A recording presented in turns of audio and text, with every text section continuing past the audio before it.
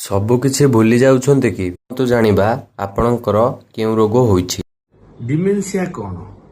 Dementia ମାନେ ସ୍ମୃତି ଶକ୍ତି ହ୍ରାସ କିମ୍ବା ସ୍ମରଣ ଶକ୍ତି ହ୍ରାସ ହେବାକୁ ଆମେ ସାଧାରଣତଃ ଡିମେନ୍ସିଆ କହିଥାଉ। ଏବଂ ସମସ୍ତେ ଘରେ ଘରେ ଜାଣିଥିବେ ଡିମେନ୍ସିଆ ଯୋଉଟା ମୁଖ୍ୟ କାରଣ କମନ କଜ୍ ହେଉଛି ଆଲଝିମର୍ସ ଡିମେନ୍ସିଆ କିମ୍ବା ଆଲଝିମର୍ସ ଡିଜିଜ୍। ସମସ୍ତେ କୋଉଠି ନା କୋଉଠି ଏଇ ଆଲଝିମର୍ସ ଡିଜିଜ୍ ବିଷୟରେ ଲୋକ ଶୁଣିଥିବେ। ସେଇଟା ହିଁ ମୁଖ୍ୟ କାରଣ ହେଉଛି ଡିମେନ୍ସିଆର। ତା ସହିତ ଅନ୍ୟାନ୍ୟ ଅଛି vascular dementia, Liu body dementia, Parkinson's dementia, ଅନ୍ୟାନ୍ୟ କାରଣ ବି ଅଛି। କିନ୍ତୁ ମୁଖ୍ୟ ଜିନିଷ ହେଉଛି ଆଲଝିମର୍ସ ଡିଜିଜ୍ ଏବଂ ଆଲଝିମର୍ସ ଡିମେନ୍ସିଆ। ସାଧାରଣତଃ ବୟସ ହେଲେ ବ୍ରେନ୍ ଭିତରେ କେମିକାଲ୍ସ, ନ୍ୟୁରୋଟ୍ରାନ୍ସମିଟର୍ସ, ନର୍ଭସ୍ ଧୀରେ ଧୀରେ କ୍ଷୟ ହେବାକୁ ଆରମ୍ଭ ହୁଏ, ଡିଜେନେରେସନ ହେବାକୁ ଆରମ୍ଭ ହୁଏ ଏବଂ ଡିମେନ୍ସିଆ ଗୋଟେ ନ୍ୟୁରୋ ଡିଜେନେରେଟିଭ ରୋଗ କିମ୍ବା ବୟସ ହେଲେ ଗୋଟେ ବୟସ ଜନିତ ରୋଗ। ତେଣୁ ଏହା ନୁହେଁ କି ଖାଲି ଡିମେନ୍ସିଆ ମାନେ ସ୍ମୃତି ଶକ୍ତି କିମ୍ବା ସ୍ମରଣ ଶକ୍ତି ହ୍ରାସ ପାଇବ।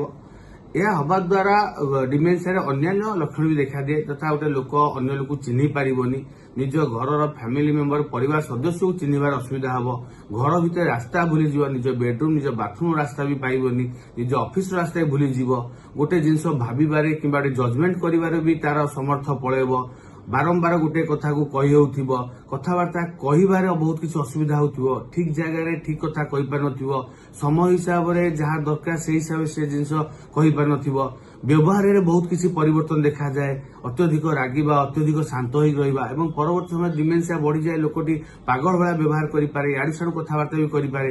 ତେଣୁ ଡିମେନ୍ସିଆ କହିବାକୁ ଗଲେ ବହୁତ କିଛି ସେଥିରେ ସିମ୍ପଟମ୍ସ ଲକ୍ଷଣ ଏତେ ରହୁଛି।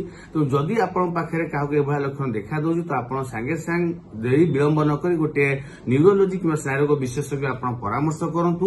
ଯଦି ଇନିସିଆଲ ଫେଜରେ କିଛିଟା କରେକ୍ଟିଭ ଡିମେନ୍ସିଆ ଥିବ ଆମେ ମେଡିସିନ ଆରମ୍ଭ କରିବା ତ ଏଇଟା ବହୁତ ମାତ୍ରାରେ ଠିକ ହେଇପାରେ। ଯଦିଓ ନ୍ୟୁରୋ ଡିଜେନେରେଟିଭ ଡିଜିଜ୍ ତ ଠିକ ହବାର ସମ୍ଭାବନା କମ୍, କିନ୍ତୁ ଇନିସିଆଲ କିମ୍ବା ଯଦି ଫାର୍ଷ୍ଟ ଆମେ ଟ୍ରିଟମେଣ୍ଟ କରିବା ତ ବହୁତ ମାତ୍ରାରେ ରୋଗ ଅଟକି ଯାଇପାରେ।